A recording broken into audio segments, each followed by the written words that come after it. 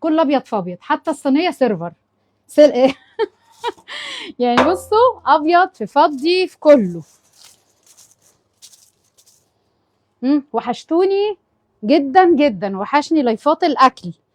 بقالنا ايه 4 5 ايام ما عملناش لايفات اكل مع بعض كالعاده. زنقتي في الاكل، والنهارده كده كنت عايزه استجم واخد ويك اند حلو كده، ويعني الواحد يقعد بقى كده يعني يكبر دماغه. بس ما ينفعش، ما فيش تكبير دماغ، ما ينفعش نكبر دماغنا. احنا خلقنا لهذا. الحمد لله، ربنا يأجرنا ويجعله في ميزان حسناتنا. الواحد والله يا جماعه طب هو سهل ان الواحد يجيب اكل من بره، بس بعد كده هيعاني يعني، هيقعد كام يوم يندب. الحاجه صعبه وغاليه جدا بره، وربنا يقوينا. يلا اتجمعتوا. السلام عليكم ورحمه الله وبركاته، اغلى واحب اخوات ليا. يا سلام، راضي عني يا دي الفيس النهارده. حبايبي وحشتوني. بصوا بقى، اكله الانقاذ السريع، ايه رايكم الاول؟ حلو، بس هو طبعا عايز يقصر، فانا مش عايزه اقصره هو والتاني غير لما ايه اقابلهم واشوف اللي هيكش منه، لان قبل كده قعدت اقصر واعمل لغايه لما الحاجه ازعرت خالص، لا مؤاخذه يعني. بعد ما غسلتها فتتغسل بقى وتاخد راحتها كده، وبعد كده ايه اشوف هعمل ايه. ننزل كده هو اكله الانقاذ السريع، حذروا فزروا. طبعا زمانكم شايفينها اهي اللي في الصينيه دي، هي دي. اعمل ايه يا جماعه، اعمل ايه؟ على فكره السمك اللي انا منزلاه النهارده ريلز ده كان ايام قبل كده، جمعات تانية يعني، تمام، يعني مش بتاع النهارده. رشينا الصينيه كده زيت او سمنه اي حاجه، بس انا افضل الارضيه كده يبقى زيت. حواوشي. وهقول لكم حشوته ايه، حشوته جميله جدا اللي انا عاملاها النهارده، حشوه محترمه يعني، جربوها وهتعجبكم. عملتها معاكم قبل كده في فيديوهات قصيره. تمام، بسم الله. الصوت حلو يا امارات حبايبي. عايزين نعمل 2 كده على البوتاجاز من فوق واحنا مع بعجينه. نقي 2 كده حلوين كده جامدين.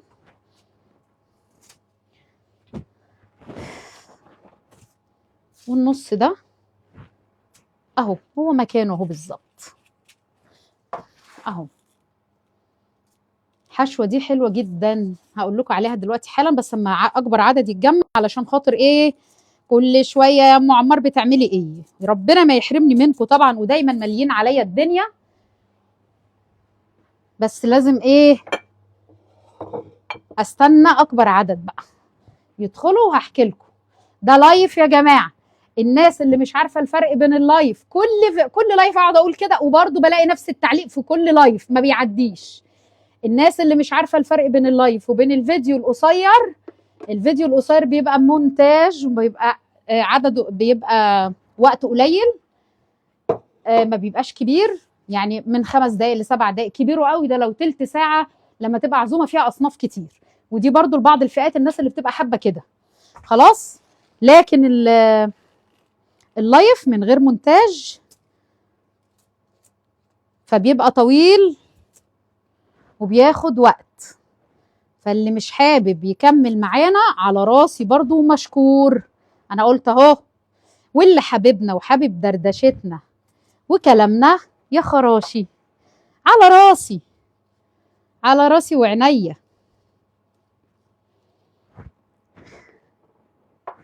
طبعا بدهن الوش بقى ايه سمنه كده بلدي حلوه محترمه. العدد ايه؟ العدد دي عشان نقول الحشوه. يلا بسم الله. والله العظيم اسهل واجمل واسرع اكله تحشيها اي حاجه. احنا عملنا حواوشي البطاطس قبل كده، كان حواوشي اقتصادي وجميل جدا. وممكن تعمليه باللانشون، عملناه بلانشون وبيض قبل كده برضو، لانشون وبيض وتعمليهم على البوتاجاز كده تشويحه خفيفه، وتحشي بيهم الرغيف وتدخلي الفرن. يا خراش يبقى مقرمش وجميل. يا نهار ابيض، بلاش يا خراش عشان في حد يا حبيبه قلبي وروحي بس هي على لساني على طول. قالت لي انا جدي اسمها حاجه الخراشي، هي معانا من الصفحه يعني، قالت لي فده مش عارفه ايه، الناس بياخدوه تبرك وبينادوا عليه كده ان يعني بيتوسلوا بيه، لكن والله انا ما بقولها كده خالص، انا بقولها بدال يا لهوي او يا مش عارفه ايه. فربنا كده يطهر السنتنا كده بايه، بالحاجه اللي ترضيه. خلاص دهنتها، هحطها بقى، انا مشغله الفرن على اعلى حاجه، هحطه في ارضيه الفرن. ده مش هنسهى عليه يا جماعه، يعني ده ايه، هنستنى كده عليه 5 دقايق 7 دقايق كده، وهنسمع صوت الشكشكه مع بعض، وهنشم الريحه. هتشموها معايا وتقولوا لي ها، اكيد هتكون واصله لكم. وهنشم الريحه وبعدين هنقلبه الناحيه الثانيه، وبعدين هنحط عليه خلطه حلوه جدا. اللي عارفني عارف الخلطه اللي بحطها على الحواوشي اول ما يطلع وهو سخن. الشاطر بقى اللي يكتب. تصدقوني جبت كل حاجه ونسيت اجيب الطاسه اللي هعمل بيها على النار اهي. بسم الله الرحمن الرحيم. بص مش عايزين ايه خناقه اهي. تعالوا برضو نعمل على الطاسه عشان الناس اللي ما بتحبش تولع الفرن للحواوشي. واحنا بنعمل على الطاسه هقول لكم الخلطه دي عباره عن ايه. الاول كده نديها هنا كده سمنه عشان هي كلها تبقى على البوتاجاز كده. عملنا حواوشي الفراخ قبل كده، عملنا حواوشي السجق اللي هو اللي من عند الجزار البلدي، عملنا حواوشي البطاطس بنسلقها كده نص سلقه، بنحط عليها فلفل رومي وبنحط عليها بهارات لحمه وبهارات حلوه كده تحسسك انها ايه، انها لحمه. هي ما بتبقاش طعم لحمه قوي بس بيبقى طعمها جميل. بطاطس المهروسه يا جماعه. خلاص حطيناها في عيش ودخلناها الفرن، اكله جميله وسهله جدا. وعملنا قبل كده ميكس الحواوشي، ميكس فراخ مع لحمه، كان برضو طعمه حلو قوي. وعملنا حواوشي القوانص. اللي بيسالني القوانص ازاي يا ام عماره، عشان لما قلت على القوانص امبارح في الفيديو بتاع اسمها ايه دي، بتاع الكفته اللي انا عملتها مع المكرونه، في ناس ما شافوش الحلقات بتاعه القوانص. هقول لكم بتعملوا ايه في القوانص. اول حاجه بنغسل القوانص كويس جدا جدا جدا. تمام، قولوا تمام. وبعد ما تتغسل، استنوا بس بظبط لكم الكادر كده، وايه نجيب الكاميرا الخلفيه ولا نخلينا في الاماميه عشان اشوفكم بس. بسم الله. وبعد كده بعد ما تتغسل كويس، بسم الله، مش هستنى بقى طاسه تسخن ولا بتاع، هو هيتحمص كده منه فيه ويستوي منه فيه. اول حاجه كده نار عاليه بحيث انا عايزاه يشكشك وريحته تطلع، وبعدين ههدي النار بقى. المهم كنا بنقول ايه يا ستي، انما انتي يا حبايب قلبي انتوا فين تعالي بسم الله.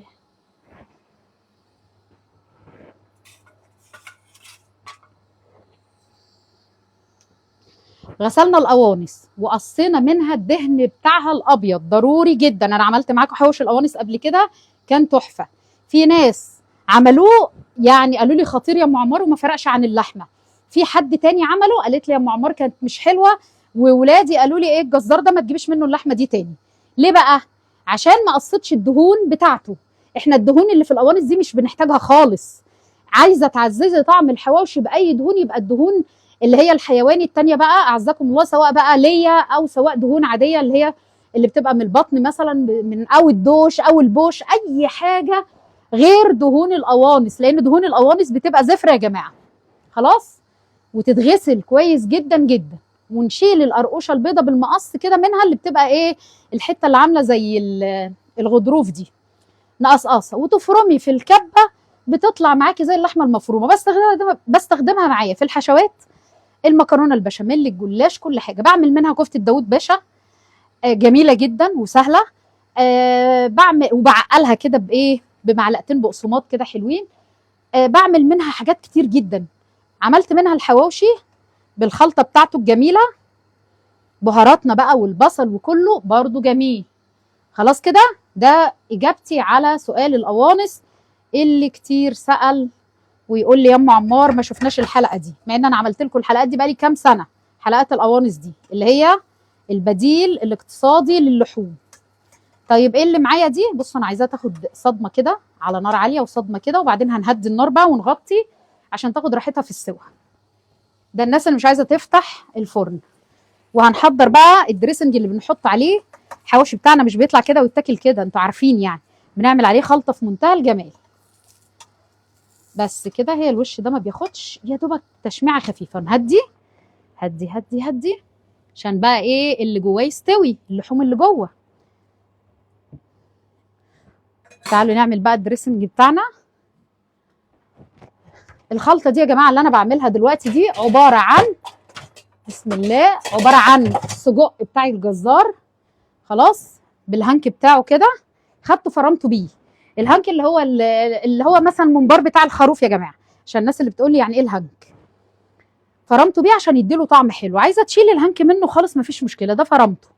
بيبقى اصلا الحواوشي بتاع السجق ده بيبقى ليه طعم جميل جدا، لان السجق بيبقى واخد بهارات كده وحلو قوي.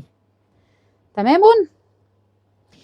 وعملت حطيت عليه، لقيت عندي كام صدر فرخه ضربتهم والله العظيم في قلب البتاع ده، اللي هو السجق، وهيبقى ميكس جميل. ونزلت بقى بابريكا، شويه فلفل اسود، 7 بهارات او بهارات كل الاستخدامات، ونزلت بسن توم باودر، ونزلت بفصين توم، ماشي، مع البصل في الاول، وضربت البصل كويس جدا، وفلفل رومي، ودعكت الكلام الجميل ده كله بالملح وبالبهارات، ورحت نازله بيها في اللحمه. ويا سلام لو حته ليا معاهم، الله اكبر الله اكبر، احلى حواوشي. بيبقى اقتصادي موفر. دلوقتي الرغيف وصل لحاجه و70 و80 جنيه عندنا، معرفش بقى عندكم بكام.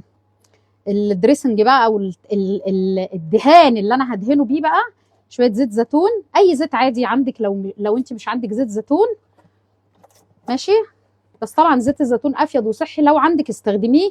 الولاد ما بيحبوش شكله كده، فبحاول ادخله في الاكلات. شويه زيت زيتون هنزل عليهم ب، تعالي يا بيضه، تعالي يا قمره، ها، بسم الله الرحمن الرحيم.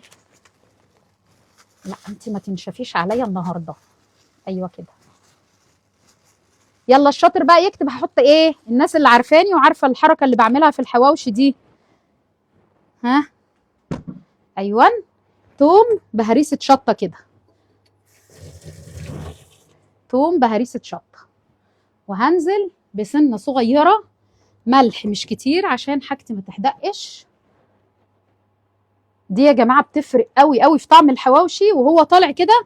وتدهني الرغيف سخن، وبعمل بيها حروف البيتزا على فكره كمان. شويه كده ايه بهارات كده، فراخ او لحمه، حاجات بسيطه، مع سنه بابريكا، والف هنا. وهو طالع سخن كده تدهني بيه وبس، تدهني وشه كده وحروفه. والله العظيم يا جماعه بياخد الحواوشي في حته تانية خالص. اللي مش عايز فلفل احمر ما بيحبوش عشان مثلا حراق، بلاش، حطي فلفل رومي مطحون، اللي هو الاحمر بقى الارناؤوطي ده،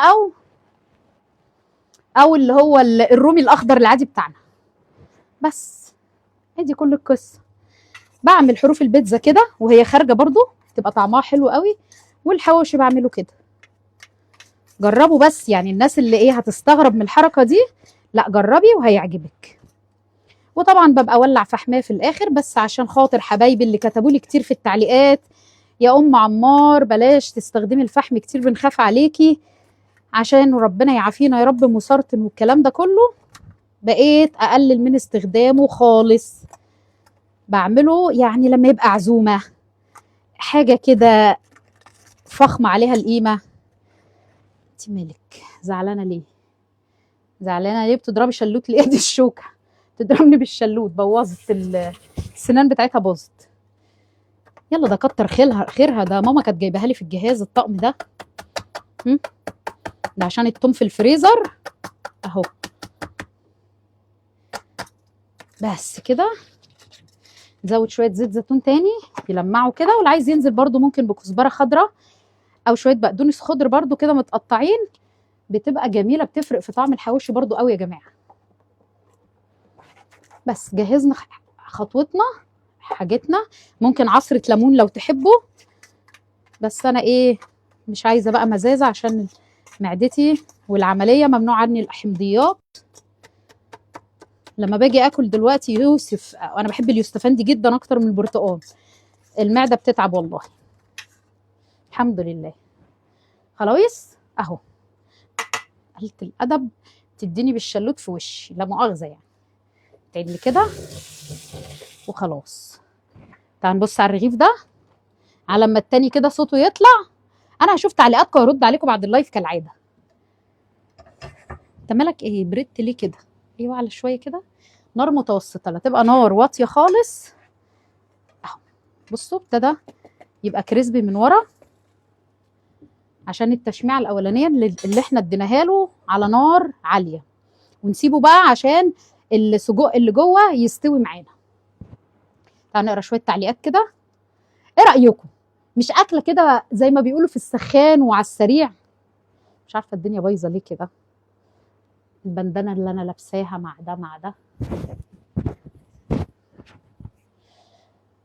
حبايبي فين اسميتوها مريم، وفين رحيم، وفين حسام ابني الغالي، فين حبايبي اللي بينوروني في كل لايف، وفين هناء مصطفى حبيبتي، ها، وفين مين تاني، وفين شهد جمال، بصوا في اسماء كده معلمه في الواحد. فين الحاجه زينب حبيبتي، فين كل حبايبي؟ بتتفسحوا النهارده ولا ايه؟ معزومين بره؟ كنت رايحه والله بعمل تحاليل النهارده وزوجي كان معايا، فبيقول لي ايه ما تيجي نتغدى بره بقى، او يعتبر فطار غدا لان كنا صايمين. هو بيعمل برضو تحاليل وانا بعمل تحاليل. قلت له حرام يعني، هندفع كام يعني انا وانت كده؟ لا يقل عن 400 جنيه والله. ما يعني تجيب الميت بالقليل لما تختاري كده حاجه بسيطه. وقلت له لسه الولاد يعني ايه هنخش في 800 جنيه اكل مثلا؟ لا حرام. فقلت خلاص بقى نعمل بقى الحواوشي، وليه مطلب جماهيري عندنا هنا بيحبوه قوي. يلا قولي لي تركاتكم في الحواوشي بتاعكم. انا طبعا بقى قلبت ضربت البصل مع ده مع ده كله، وممكن تنزلي بمعلقتين دقيق صغيرين للتماسك. يعني بصي لو على كيلو معلقتين، لو نص كيلو معلقه، ما تكتريش عشان ما يبقاش عجين. ده بيخلي الحواوشي يتماسك. جربت قبل كده يا جماعه البرغل، غير طعم الحواوشي. معلش يعني مع احترامي للي بيعمله، كتر الكميه ولكن غير الطعم خالص. حبيبتي يا تيتا جويريه، الله، كانت ماما تقول لي لما تجيبي بنتك سميها جويريه. انا بحب البنات جدا يعني، فانا كنت ما بين جويريه ورميساء. كل ما احمل، انا حملت 5 مرات والخمسه صبيان، بس هو ربنا يبارك لي بس في عمار وزياد، الثلاثه التانيين الحمد لله كانوا سقط، بس كانوا ولاد برضو. قلت لهم يعني ما فيش ولا بنوته حته جاتوهيه كده حتى السقط اقول ده كان في بنوته الحمد لله. اللهم لك الحمد. البنات حبايب يا جماعه والله، والبنات دول بيبقوا يعني ايه، الحنان للام وللاب وكل حاجه. وطبعا في كل قاعده شواذ. انا لما بعمل كده وبقول كده في اللايفات بلاقي بقى بيجي لي قصص على الخاص على بنات. ايه ده؟ اعوذ بالله، ايه اللي الواحد بيسمعه ده؟ ده احنا ما كناش بنات. واسمع بقى حاجات تانية على صبيان يعني قمه الحنان. يا رب اجعل ولادنا منهم، يعني من حنانهم اكتر من البنت كمان. والله كل ما اجي اتكلم في الموضوع ده معاكم في اللايفات الاقي تجي لي رسائل بقى يا عيني اللي متضايقه من بنتها، وتحكي لي قصص كده حاجات غريبه، والبنت مهاجره مامتها بالشهور وما بتروح لهاش. يا نهار ابيض، طب ليه؟ انت ضامنه؟ ده انا بتمنى عمري كله يروح في نظيري ناخد حضن من ماما تاني، ولا قاعده كده زي القعدات الحلوه اللي كنا بنقعد نحكي فيها ونقعد في الدفا كده يعني هتندموا يا جماعه، الا الام والاب هتندموا، هتندموا بجد. ده يعني دول الناس بالذات اللي بتديكي من غير مقابل. دول الناس بالذات اللي لو خيرت بين الموت نفسها وبين موت اولادها تختار موت نفسها. واحنا كلنا كأمهات عارفين حاجه زي بقى الشواذ، يعني كل حاجه بيبقى لها شرازم كده غريبه يعني. دول مش امهات صراحه. سمعت عن القصه بتاعت ديروت يا حبايبي والحادثه، ربنا يا رب يتقبلهم في الصالحين ويغفر لهم يا رب. سمعت عنهم؟ سمعت عن قصه الام اللي عملته مع اولادها. بص بص بص بص بص، تعالوا يلا نقلب بسرعه. حطيت شويه كربونات وساعه عشان كده بصوا العيش اتنفخ. الحشوه بتبقى جميله ومنفوخه. بصوا الجمال ده، لونها فاتح عشان خاطر الفراخ.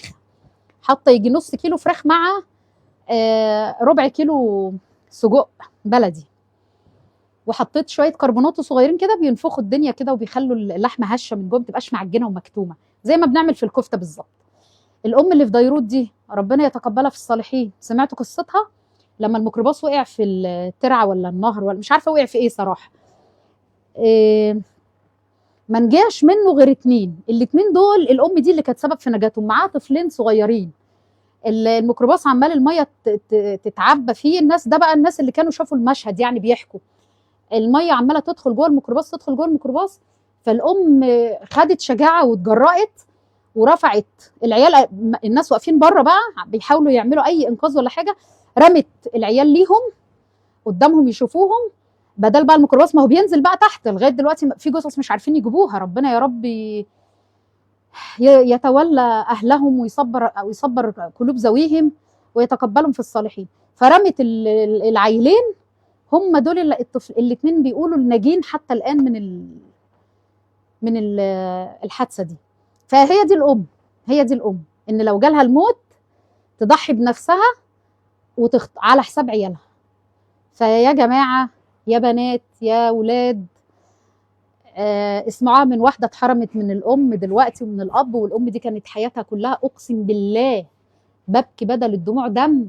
على مره ممكن اكون اتعصبت فيها على ماما، على مره ممكن اكون ضايقت فيها ماما، مع ان انتوا شايفين علاقتنا وربنا يشهد يعني.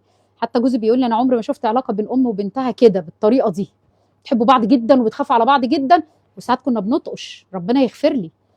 انا بقى بندم على الحاجات دي، برغم ان ماما انا عارفه انها ايه حاجات هبله. قلت لي بس يا بنت انت وانا ازعل منك لما اجي ابص، قلت لي بس يا بنت انت هبله انت، ده انا عارفه قلبك، انا عارفه انا عندك ايه، انا ازعل منك. انا بقى مش قادره اقول لكم لما رحت العمره كنت بموت نفسي، وجوزي يقول لي انت بتحبي تعذبي نفسك يا بنتي، بتحبي تجلدي نفسك.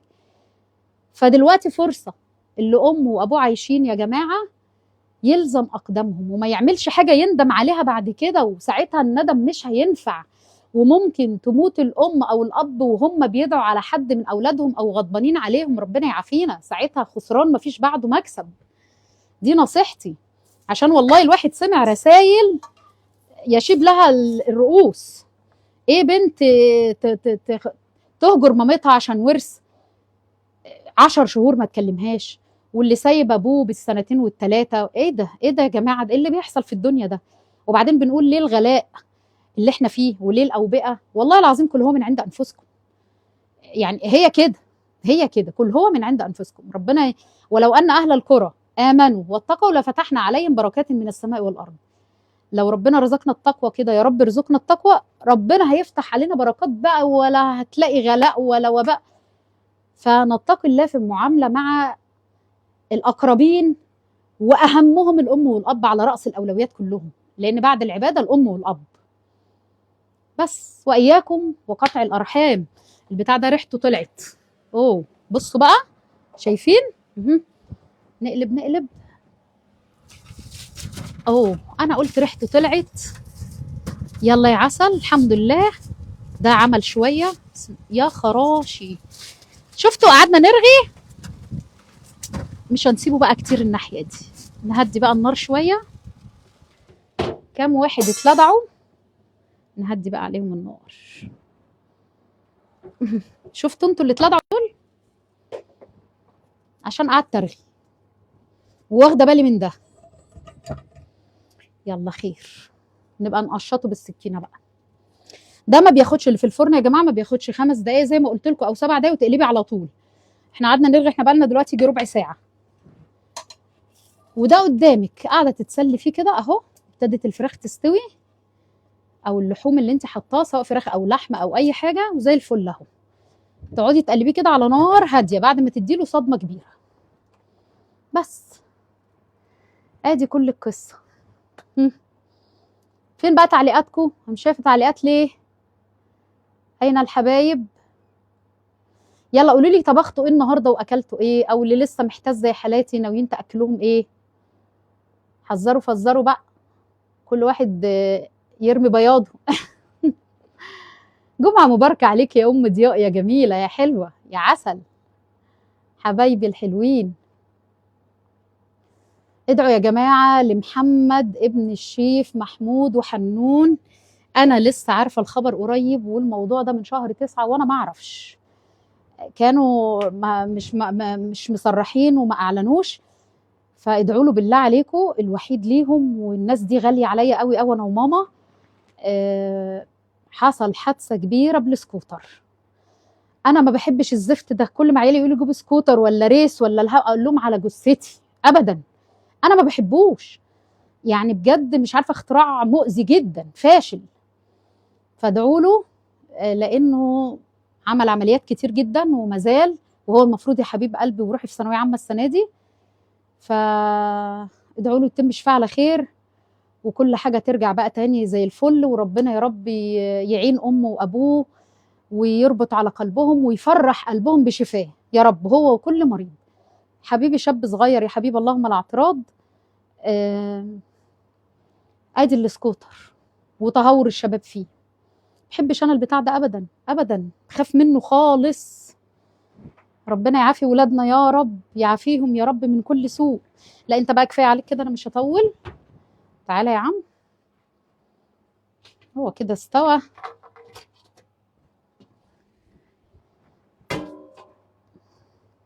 نحط ده هنا ونطلع بقى عشان ندهن بده على طول. اهو كده شايفين الصينيه.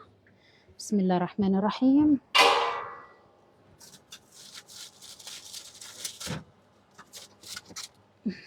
اهو اتلدع كده خفيف من ورا، وده الحمد لله ما حصلوش حاجه.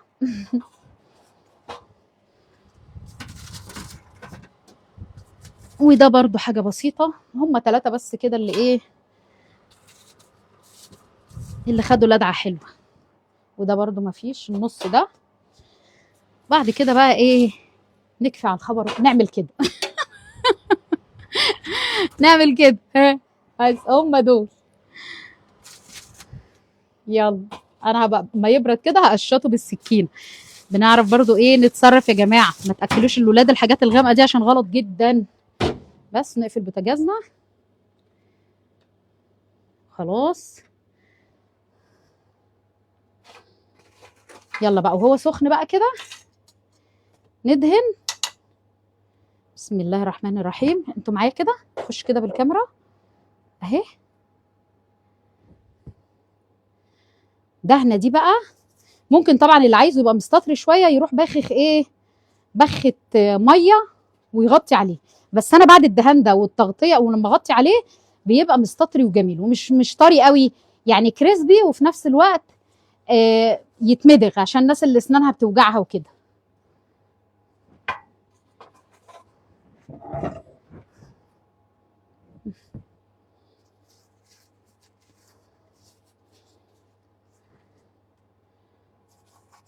بس يلا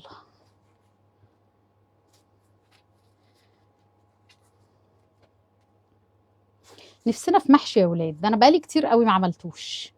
بخاف اعمله لان انا طبعا احنا ما بناكلش كتير، بس ايه بقى، طنطكو ميرفت بتفضل رايحه جايه طول النهار. لما الاقيه بقى قدامي كده واحده وواحده فببوظ الدنيا، فدكتور رامي هيصوت مني. فعشان كده بخاف منه. انا بحب كل انواع المحشي، مفيش محشي بقول عليه لا. حتى اللفت يا خراشي على جماله، والسلق. تعرفوا يا جماعه محشي اللفت والسلق اللي بيعملهم يقول اللفت والسلق والخس وورق البطاطا برضو. لا حاجات كده، بص يعني ايه يا عم براك اللي بيعمل لنا بيحشي لنا كل حاجه. لا يا عم احنا حشينا كل حاجه. ده حتى كمان سمعت ان في ناس بتحشي ورق البنجر، انا ما جربتوش بس بيقولوا جميل قوي، ما جربتوش خالص. اللي احنا عارفينه اللفت والسلق. السلق ده زبده بيبقى رهيب، واللفت اتحنت كده وجميل، والخس طبعا يهبل العقل.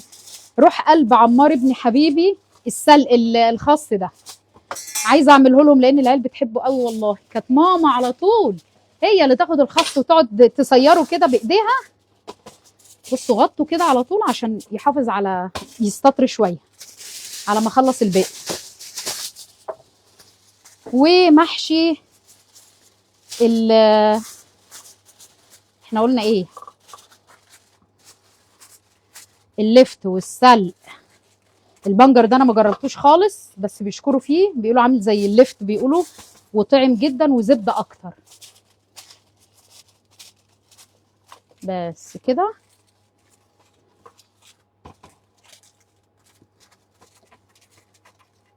بسم الله. خلاص تعالوا بقى نشوف اللي على النار ده زمانه خلاص كده تمام، ما عادش بقى، خلاص كفايه استوى بقى زي الفل ان شاء الله. ها بسم الله اهو. نعلي بقى النار شويه كده، ياخد له تش تش تش كده.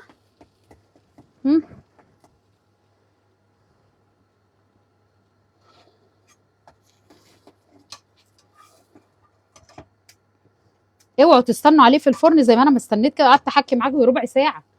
لا يعني هو 7 دقايق كده وانت فاتحه الفرن على نار عاليه، هتلاقيه شكشك ويديكي لون، وتروحي مقلباه على الناحيه التانيه. خلاص ده كده خلاص استوى تمام. نعمله كده بقى عشان ندخله مع اصحابه بس بالدهان الجميل ده، ونحط اخر رغيف معانا. بسم الله. يلا اهو، شايفين كده يا جماعه اهو، فتحت هنا كده عشان ايه، احطه كده مع اصحابه. ننزل بقى هنا تاني بشويه بسمنه،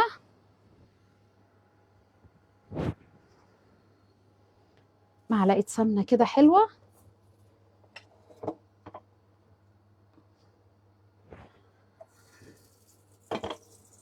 اصلا مش حاطه له ليا، ما عنديش ليا لسه، عايزه اشتري صراحه.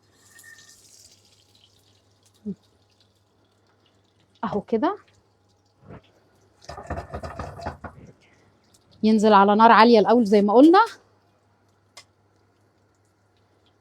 اسكتوا بقى، عملت كباب بتاع عم براك، كباب علي نازك. يا خراش العيال اتجننوا عليه، اللي بيبيع لي الطاجن الصغير ب 1900 جنيه.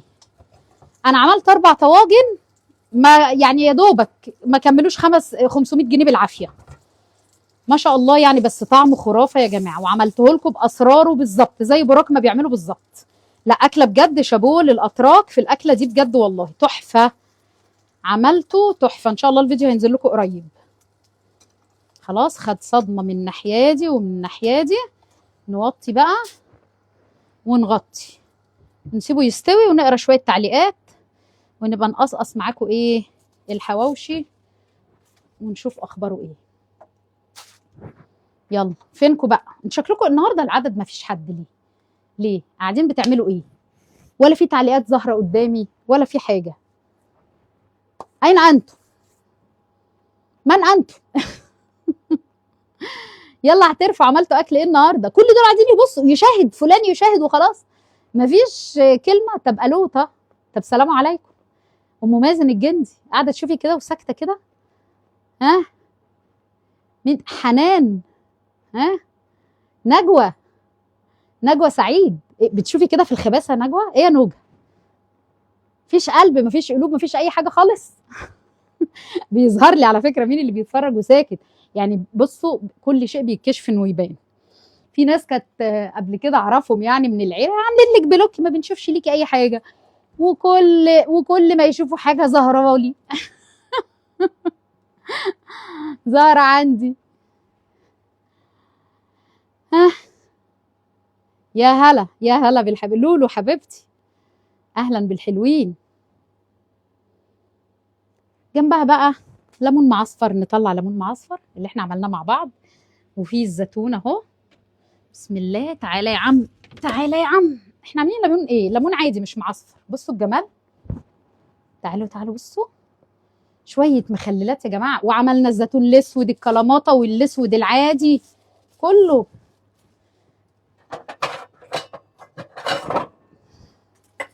فعندي بقى كمان بقى ايه، باقي بابا غنوج من ناظج افندي ده. بسم الله. بصوا الفلفل، شوفوا انا مخلله معاكم من كام شهر، الفلفل هتلاقيه بيقرش زي ما هو. بصي طبيعي كده، لو لقيتي على الوش الحاجات اللي هي مثلا اعزكم الله في عفونه ولا حاجه، بتبقى في الليمون اللي احنا حاطينه على الوش ده، قشر الليمون تشيليها عادي جدا ولا يحصل حاجه. ليه؟ عشان احنا بنبقى ناخد من البرطمان شم هوا، نزلت حاجه، فما تقلقيش ده طبيعي عادي. المحلات بيبقى فيها كتير. وده الليمون القضاليا، كانوا كتير سألني. استنوا، ده الصغنن اهو بتاعنا، ده القضاليا اهو. كتير سألني تخليله ايه، حطيت انا كام قضاليايه كده معاهم اهي، كبيره دي. بس هو بتاعنا الصغنن البلدي ده لا يعلى عليه صراحه يعني. بلاش الكبيره قوي دي. يلا، كل سنه وانتم طيبين. اعملوا المخللات في البيت، اوفر واحلى من بره بكتير. وشايفين اصفر وملمع ازاي وجميل، وهفتحه لكم هتلاقوه زبده دلوقتي. تعالى انت، شكلك عايز تطلع، انت قرن جميل كده. بسم الله.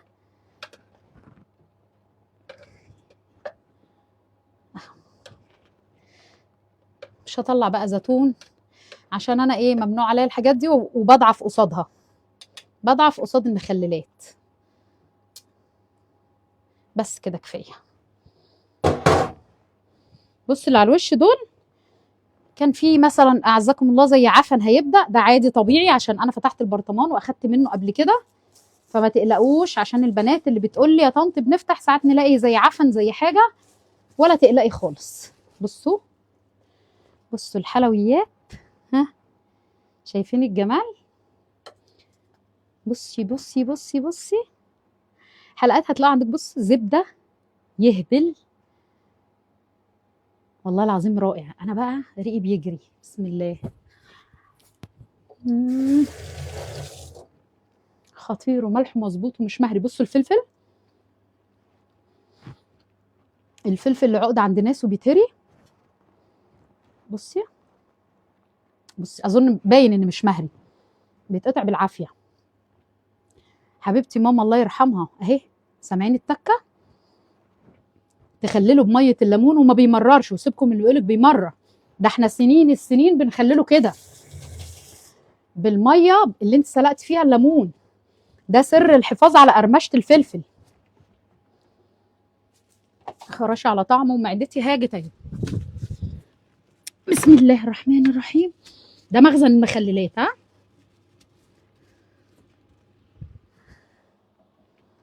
نشوف بقى الرغيف اللي هنا ده اللي باقي لنا، عشان نفتح العيش مع بعض.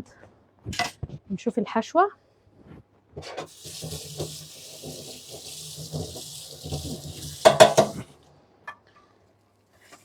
اهو،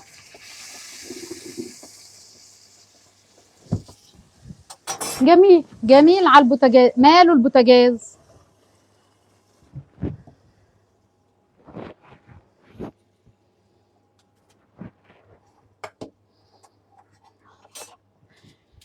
زي ما قلت لكم، ببقى احب اعمل برضو فحمايه مع الحواوشي، بس ايه، هنخف بقى من الحاجات اللي بتجيب مشاكل دي، ربنا يعافينا يا رب.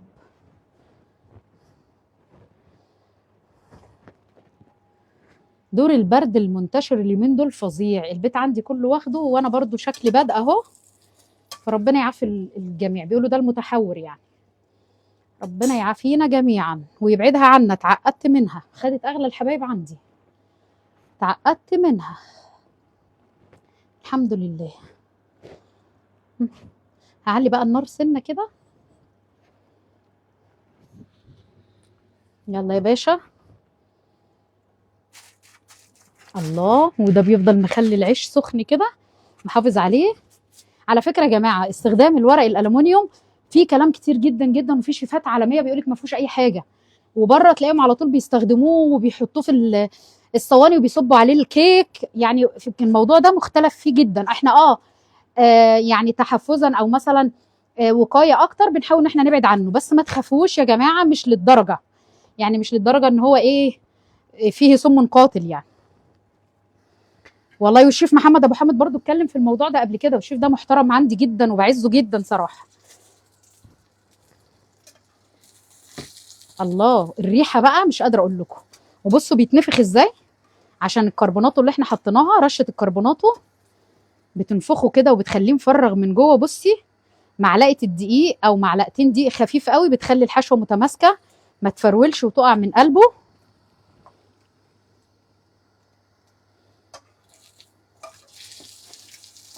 كفايه بقى كده خلاص، خلصت. وندهنه هو كمان. اللهم صل وسلم وزد وبارك على سيدنا محمد وعلى اله وصحبه وسلم اجمعين.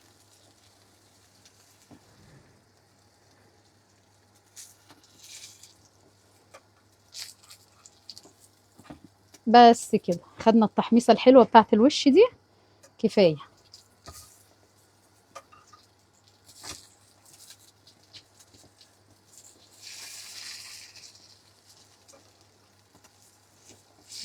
بصي كريسبي، وهتلاقيه مستطري لما بنحط عليه البللم بتاعنا خلطة البللم دي، ام تومي الجميلة دي، وزيت زيتون دي. بس كده، ونرفع ونحطه هناك برضو مع اخواته على ما نقدم. بصوا الجمال، بصوا دايما الاضاءة بتاعت اللايف مش بتعجبني. نقفل وخلاص على كده. يلا بينا على الكاونتر نقطع ونقدم بقى ونشوف الشكل النهائي. بسم الله. عملت لكم اختراع بالبطاطا تاني مش هم بقى اللي كبروها في دماغي بقى وقالوا ملكة البطاطا؟ عملت اختراع في البطاطا فظيع. شفت اخر مره اختراع البطاطا بالكريمه، ناس كتير عملته ويقولوا لي اقسم بالله يا ام عمار ما لحقنا نصوره لك، الصينيه اتنسفت من وهم بتقولي واحنا بنقطعها كده. بسم الله ما شاء الله، بالف هنا وشفا. البطاطا بالكريمه فعلا يا جماعه وهم، اللي هي البطاطا المحشيه كريمه. اللي ما شافش الفيديو يشوف. انا بقى عملت كيكتين بالبطاطا المره دي. كيكه عاديه اهي، بصوا هي باقي منها دي كيكه شوكولاته، طعمها حلو جدا، مستطريه، طعم البطاطا فيها خطير. طبعا دي في الاواخر يعني، عارفين لسه كنت عاملاها بالليل، فده اللي باقي منها. والكيكه التانيه الصفرة دي اهي، بطاطا طعمها فظيع، مش معجنه، ما تقولوش معجنه، هي البطاطا كلها كده يعني، تحس ان هي صينيه بطاطا على كيكه فظيعه. والحروف دي فظيعه خطيره بجد، طعمها رائع جدا جدا. بطاطا مغذيه ومفيده وماليه الاسواق ومش غاليه، فعشان كده بنحب ايه، نبدع ونخترع فيها. نجيب طبق ونشوف بقى الحبابش. يلا بينا. بس انا عايزه اجيب لكم الكاميرا الخلفيه عشان تجيب لكم اللون الحلو بتاعه. اماميه دي ما تجيبش لون حلو. بسم الله الرحمن الرحيم. ايوه.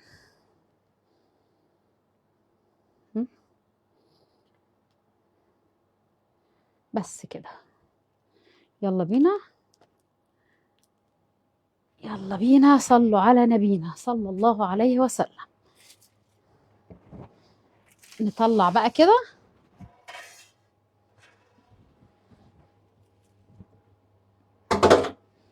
تعالى يا عم الليمون.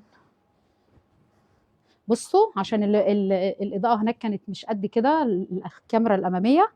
ادي الليمون بجماله اهو، اللي احنا قطعناها مع بعض. تعالوا نقطع واحده تانية، يلا اهي.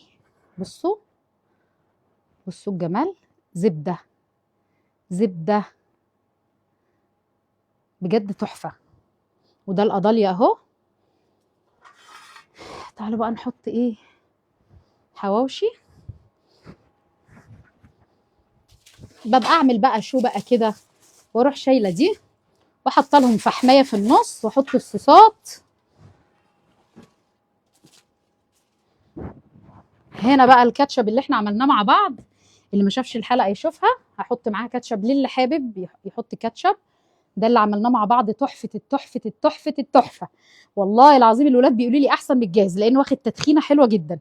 وده بواقي بقى علي نازك بابا غنوجه، بحط لهم في طبق صغنن كده، طبق تقديم، واحطه معاهم. بصوا استطرة بقى ازاي اهو. بصوا استطرة وفي نفس الوقت ملدن. نجيب كده، بسم الله. تعالي يا عسل.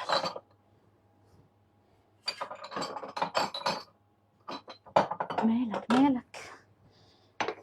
ايوه. نحط هنا كده نحط كاتشب. في ناس بتحب كاتشب على الحواوشي، انا لا، انا مخلل وخلاص على كده وزي العسل وشكرا قوي يعني. هحط لهم الكاتشب، اجيال الكاتشب دي. الحلقه يا جماعه نازله اول امبارح، اللي ما شافهاش كاتشب تحفه. صحيح، طريقه الحفظ عشان الناس قالوا لي ده اخره 3 4 ايام في الثلاجه. طريقه الحفظ بقى لو عايزاه يقعد معاكي مده اكتر، تحطي بقى في اكياس في الفريزر، ماشي، او علب، علبه كده على قد الاكله صغننه، وتطلعيه قبل الاكل بنص ساعه او ساعه بالكتير، هيبقى زي الفل معاكي. في هنا حاجه وقعت بس كده. وهنا معلقه تانية، ناخد بابا غنوج كده بتاع علي ناظك يا فندي.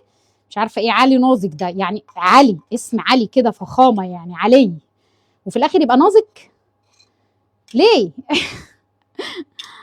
طب سموها ناظك علي بس كده. ادي ده كمان.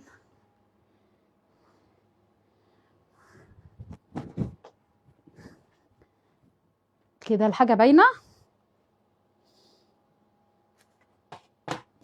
والليمون، ادي المقبلات اللي بتبلع.